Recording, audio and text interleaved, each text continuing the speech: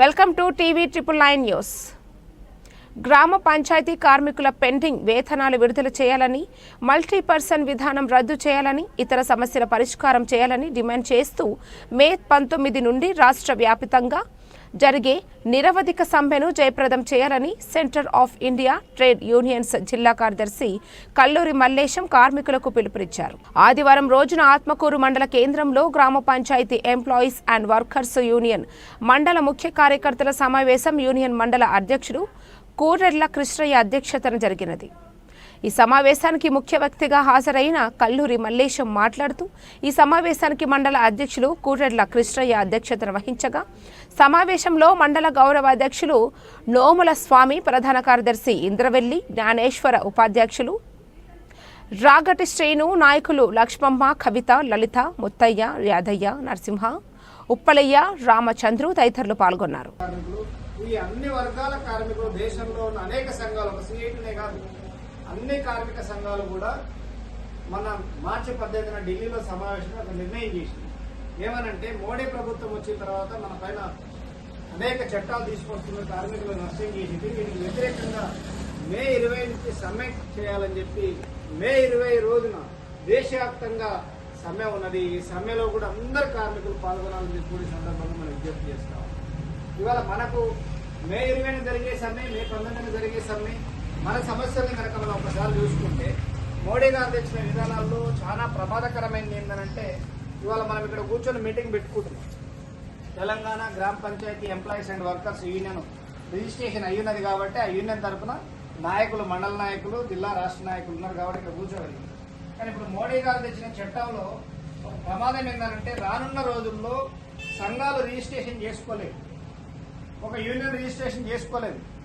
ఇక్కడ ఇదే ఆత్మకూరులో ఆటో అడ్డా ఉంది, అది రిజిస్ట్రేషన్ చేసుకున్నారు కాబట్టి ఉన్నది. లేదా అక్కడ బిల్డింగ్ కార్మికులు ఉన్నారు, వాళ్ళు రిజిస్ట్రేషన్ చేసుకుంటూ ఉంటారు. కానీ ఇప్పుడు రిజిస్ట్రేషన్ చేసుకోవాలనంటే కార్మికులు అయితే సరిపోదు. ఇప్పుడేమో మామూలుగా కార్మికులు ఉండి 7 సంతకాలు పెట్టి పంపితే లేబర్ ఆఫీసర్ నిజంగా కార్మికులు రద్దు యూనియన్ రిజిస్ట్రేషన్ చేస్తున్నారు. ఇప్పుడు మోడీ సార్ తెచ్చిన ప్రకారం మార్పు ఏంటంటే ఒక కంపెనీలో పనిచేసే కార్మికుడు ఉన్నా, ఇప్పుడు మన దగ్గర ఇక్కడ మోత్పూర్ దగ్గర రైల్వే పోలపాలెం పడదు చికెన్ డైమండ్ పౌల్, అట్లాంటి దగ్గర సంఘం పెట్టుకోవాలంటే ఇప్పుడు వచ్చిన పరిస్థితులు ఏంటంటే కొత్తగా సంఘం పెట్టాలంటే ఆ కంపెనీ వాడు, ఆ పరిశ్రమ వాడు వీళ్ళు మా కార్మికులే యూనియన్ పెట్టుకునే దానికి మాకు ఏ అభ్యంతరం లేదని చెప్పి లేబర్ ఆఫీసర్ని చెప్పాలి. చెప్తారా ఎవడన్నా? ఏ కంపెనీ వాడన్నా యూనియన్ పెట్టాలని పర్మిషన్ ఇస్తారా? అంటే మోడీ సారు దొంగలకు తాళ చేతులు ఇచ్చిండు, యాజమాన్యాలకు చేతుల పెట్టి మన బతుకుల్ని గాలిలో కలిపేటట్టుగా ప్రశ్నార్థకం చేసిన పరిస్థితుల్లో ఇప్పుడు యూనియన్ చేసుకునే హక్కు అవుతుందా కాదనే డౌట్. రెండోది, ఒకవేళ ప్రభుత్వ రంగంలో పనిచేస్తున్న ఆ సంస్థ గుర్తింపు ఇది నిజమే మా వాళ్ళు యూనియన్ పెట్టుకోవచ్చని వాళ్ళు ఆఫీసర్కి ఇవ్వాలి. ఎవడు ఇయ్యడు, యూనియన్ కాదు. అది ఒకవేళ ఇచ్చిన లేబర్ ఆఫీసర్కి నచ్చితే వీళ్ళు యూనియన్ పెట్టుకోవచ్చని అనిపిస్తే ఆయన అప్పుడు అనుమతిస్తుంది లేబర్ యూనియన్ పెట్టుకోమని. లేబర్ ఆఫీసర్ చేతిలో పెట్టేసిండు డిస్క్రిప్షన్ పవర్, నిర్ణయాధికారం అంతా కూడా ఒక కార్మిక శాఖ అధికారి చేతిలో పెట్టేసిండు. ఇంతకు ముందేమో కార్మికులు అయితే చాలు, వాళ్ళు ఇక్కడ భవన నిర్మాణ కార్మికులు ఉన్నారు, ఫీల్డ్కి వచ్చి ఎంక్వైరీ చేసి నిజంగా పనిచేసేవాళ్ళని చూసి చేస్తారు కాబట్టి యూనియన్కి అనుమతి ఇవ్వచ్చు. గ్రామ పంచాయతీ కార్మికులు రాష్ట్ర వ్యాప్తంగా పెట్టారు, ఓకే వీళ్ళు గ్రామ పంచాయతీ కార్మికులు కాబట్టి యూనియన్ పెట్టుకోవచ్చు, ఇప్పటిదాకా ఉంది. కానీ ఇప్పుడు మోడీ సార్ తెచ్చింది యూనియన్ చేసుకునే అవకాశం లేకుండా పోయింది. దానికి తోడు ఇంకో ప్రమాదం ఏంటంటే ఇంతకుముందు కిష్టనే చెప్పిండు, మనకు మేడే వస్తుంది, మేడే పండుగ చేయాలి. మేడే పండుగ ఎందుకు వచ్చిందో మనకు తెలుసు. అనేక మంది వీరులు 15 గంటలు 16 గంటలు మేము పని చేయలేము అని చెప్పి దీనికి వ్యతిరేకంగా పోరాటం చేసినారు.